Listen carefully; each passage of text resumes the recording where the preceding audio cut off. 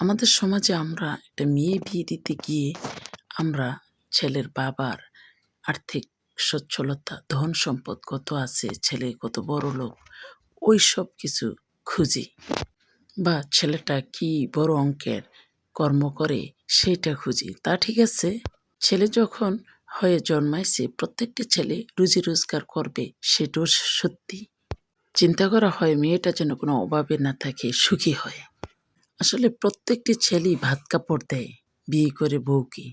আমাদের সমাজে উচিত খোঁজা যে একটা যত্নশীল স্বামী, কারণ একটা যত্নশীল স্বামী স্ত্রীকে চিরসুখী এবং সুস্থ রাখতে পারে। এবং একটা চরিত্রবান স্বামী স্ত্রীকে চিরসুখী এবং সুখী রাখতে পারে। একটা নারীর জীবনে সুখী এবং যত্নে থাকাটা খুবই জরুরি। সেই নারীটাই মহাসুখী, মহারানী।